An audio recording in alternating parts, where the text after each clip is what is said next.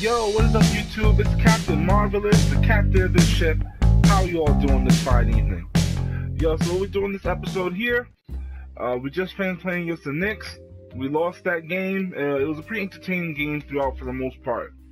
So I'm gonna catch you guys up with what I did before that game. We simmed quite a few games here. You see, we went on a 7-game losing streak. We lost to the Celtics, the Thunder, the Cavs, the Pistons, and the Suns.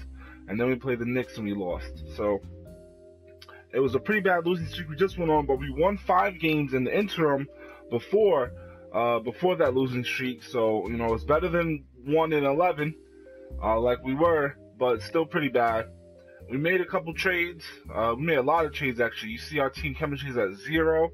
That's because I made a ton of trades so that I could work it out to get Mike Conley.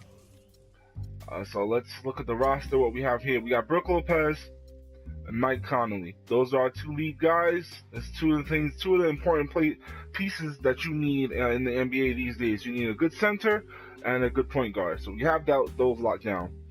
Lance Stevenson, who you saw me pick up in an episode before.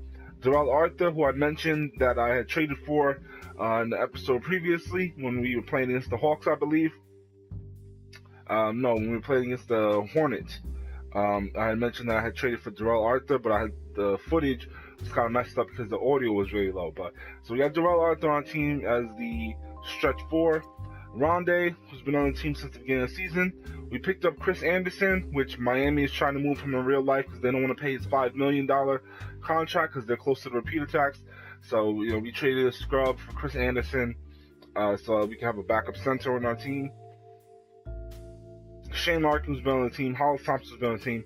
Picked up Jason Thompson with his big contract, and I think we got back a couple second-round picks from that. Because we took on his big contract of $7 million this year, and he's, we see he's a 69 overall. Isaiah Cannon, we got Isaiah Cannon by doing a salary dump to 76ers. We traded away Tyson Chandler, who we got in the Joe Johnson trade. We traded away Tyson Chandler to the 76ers on the salary dump, and we got back Isaiah Cannon. The reason why we did that, we all know the Sixers, they need players to reach the salary floor. Tyson Chandler has that big contract, and also, since they have 3 really good young big men on their team, Tyson Chandler can serve as a mentor for them, throughout the length of his contract, and since they don't have a lot of money on the books, they're okay with paying his big salary. So that was a pretty fair deal, I felt like.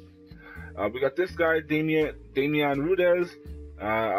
He was just in one of the trades we did. He's just around. Lewis Munson, same thing. Just one of the trades that we did. He was just around. He's a player. And Joel Anthony, just a player. Chris McCullough has been on the team. And this guy we signed off of the free agents list. This guy, no idea how to pronounce his name. Burush Nojewicz. We see that he's a 65 overall, but if you look at his badges, he has 53 badges. So this is obviously a player that, is supposed to be like a sleeper or something like that. That, the type of player that, maybe he's killing in the D League or something like that. Embrace the Pace created this character. Maybe this is Embrace the Pace's real name. Put himself in the game in some way and make him awesome. So he's a prospect, the type of prospect that the Nets need to be trying out. So we cleared a roster spot, and we picked up this guy who's only 21 years old, and look at all these badges that he has. So if he gets to be about an 80 at some point down the line, he's going to be a really good 80 because he has all these things to help him out, that'll make him perform better and make him, lower the abilities of the teams that you're playing against. So that's what's up. He's going to be our prospect, and we signed him for 3 years for about $1 million a year. So at the end of the 3 years, we'll see what's going on with that. And as we see, he has one good skill. He can shoot the ball. His standing shot 3 is an 88, and his moving is an 89. So he can shoot the ball well, and his mid-range is pretty good as well. So that's what's up. So that's what the team is looking like. In our pick situation, these are our picks. We got a first-round pick from the Bucks, a first-round pick from the Wizards, and a first-round pick from the Warriors. We traded away our own picks, as well as we moved a player like Markieff Morris who was a part of the trade to pick up Mike Conley. Basically, we took on a bunch of bad contracts, and then we were able to move those bad contracts, and we got some late first round picks for them. So they're not great first round picks. This Bucks pick could turn into something. This Warriors pick is not going to be high. We all know that. And then we got a Bucks pick for next year as well, and we got a couple seconds. The Wizards pick. If you guys are probably playing 2K like I have, you know that the Wizards, for whatever reason, usually suck in 2K. The Wizards are usually just always terrible. I don't know why, because they have good players, but they just are. So you always try to pick up this Wizards pick, and it has low value to begin the season, but as the season goes on, if they start losing a lot of games, it's very valuable. So I try to make sure I got this Wizards pick. You guys should do the same thing. Always try to get this Wizards pick when it's cheap and easy to get, because you never know. It's very likely that the Wizards will be bad in 2K, especially that first year. Okay, so that's what we're looking at from that perspective. So let's now sim a few games. Let me check the pricing. The pricing is okay. Fan interest is kind of low, and it makes sense. So I'm gonna bump this ticket price down. And souvenirs or whatever like that, team hats, I don't really care. And the food is fairly priced. I feel like. I think the most important thing is the tickets and the parking. So that's what I'm gonna do right here. Make it a little bit cheaper so the fans will be happier and they want to come. And here we go. When you are setting prices for tickets, merchandise, whatever, how concerned are you with great value to the fans versus making money? I think I should definitely say it's a mix, but since the fan interest is low, let's say it's fan value. So the most important aspect to this franchise is our fans. Making sure that families feel like they get a great value out of the game is a top priority for me. Okay, and it is. It really is. Really is a top priority for me, because and the public opinion goes up by 6, because that's the reason why I went and lowered the prices, because I know the team is kind of not very good right now.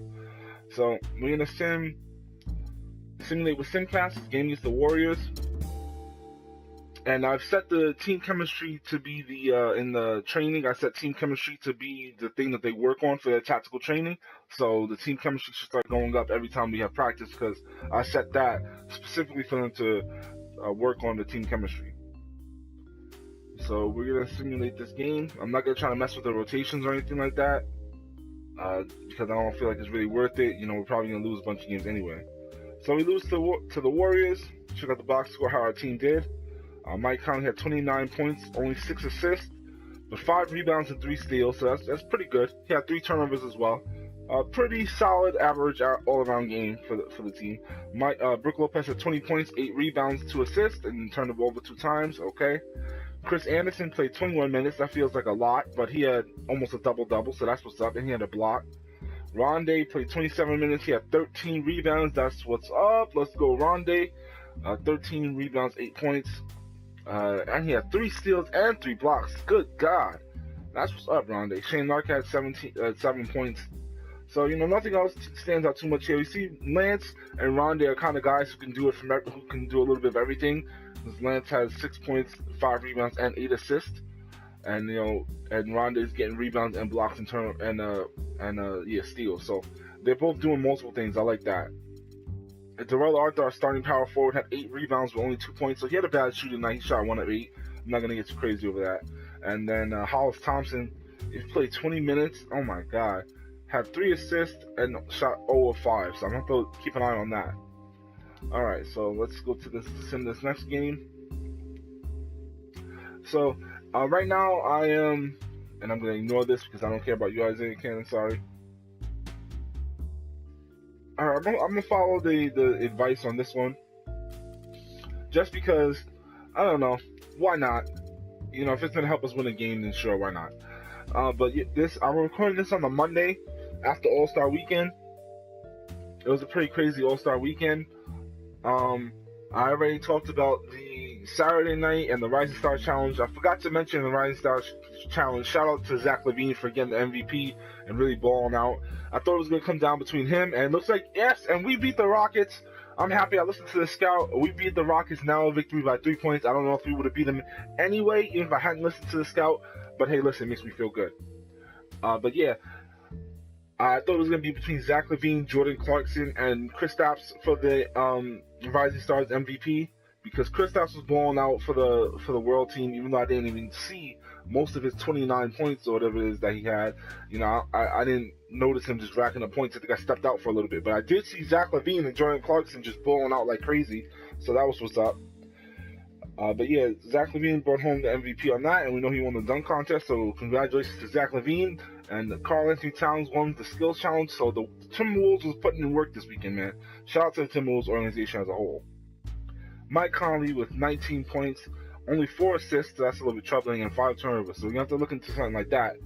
But, 19 points, and he shot efficiently, 7 of 14 from the field. Brook Lopez with a double-double, 18 and 16, and 5 blocks, but he turned the ball over 6 times. So, they're having okay games, because, they're doing good things and then matching up with bad things as well. You see he's getting steals but having turnovers, and he's getting blocks but having turnovers. Damian Rudez had an okay game, shot 50% from the field. Joel Arthur, 10 rebounds from our starting power forward. That's what's up. Lance Stevenson had 5 rebounds. Shane Larkin with 5 rebounds. Shout out to Shane Larkin. And Lance and Shane Larkin was doing most of the assisting, I see, because they had 8 and 7. And getting steals out here like crazy. Chris Anderson had 3 steals. Ronnie Howard-Jefferson had 3 blocks and 5 rebounds. So pretty good. That's what I like to see. Let's simulate to this next game. But the All-Star game was last night. All-Star game, which I watched in its entirety for the first time. And no, I usually watch the All-Star game in its entirety, excuse me. But the All-Star game, I wasn't excited for it, is what I mean to say. I wasn't really excited for it because I know they're not going to play defense. I know it's Kobe's last game and all that. But I watched it in its entirety, and it was a pretty good game. No, I'm lying. It was not a pretty good game. It was just guys shooting up awful contested threes and bricking them. It had a couple nice sequences of Westbrook to Durant alley-oops and Durant to Westbrook alley-oops and Wade to LeBron alley-oops. Those were pretty fun, watching those two-man teams go at it. But other than that, it was a pretty poor game overall. I was a little disappointed after that amazing All-Star Saturday night. Paul George was just being ridiculous, trying to beat Wilt Chamberlain's record of points in the game, and he ended up still only getting 41, the same as Russell Westbrook got last year, which was 41. We beat the 76ers right here. Mike Conley scored 30 points, and you guys can just look at the box scores for yourself here. But yeah, these guys played a pretty bad game, man.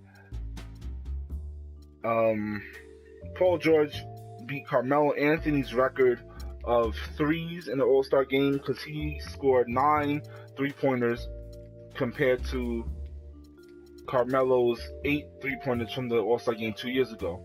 So that was what's up. Oh my God, we got to a big lead against the Clippers, but it all gets evaporated really quickly. But that's cool though, so we went out to a big lead to start the game off with. And Paul George, he had those 9 threes, so that's good for him. And he had he played better than most guys. I mean, you don't score 41 points without playing pretty good. But it was funny at the end of the game, Greg Popovich said he put in Draymond Green to defend Paul George and make sure he didn't break Wilt's record and score any more points. So that was pretty funny, actually. I thought it was kind of messed up that they did that to him, actually, because I realized, okay, so if Paul George scored 41 and was about to break the record, and they put somebody in to guard him real tight, but then last year, Russell Westbrook was about to break the record, and they didn't put anybody in to try to shut him down and make sure he didn't break the record. So I thought that was a little unfair, but it was funny that it happened. So we simulated now just about 1 week, and I showed you guys what I did in the trades before that Knicks game. So I'm going to call that a wrap for this episode. I'll be back with another episode of Brooklyn Nets MyGm series soon, and we'll simulate some more games and jump through a bigger stretch of the schedule, okay? You guys have a good day. Please leave a like, comment if you haven't subscribed already. Subscribe, but leave a like and comment, and I'll be back soon. Peace.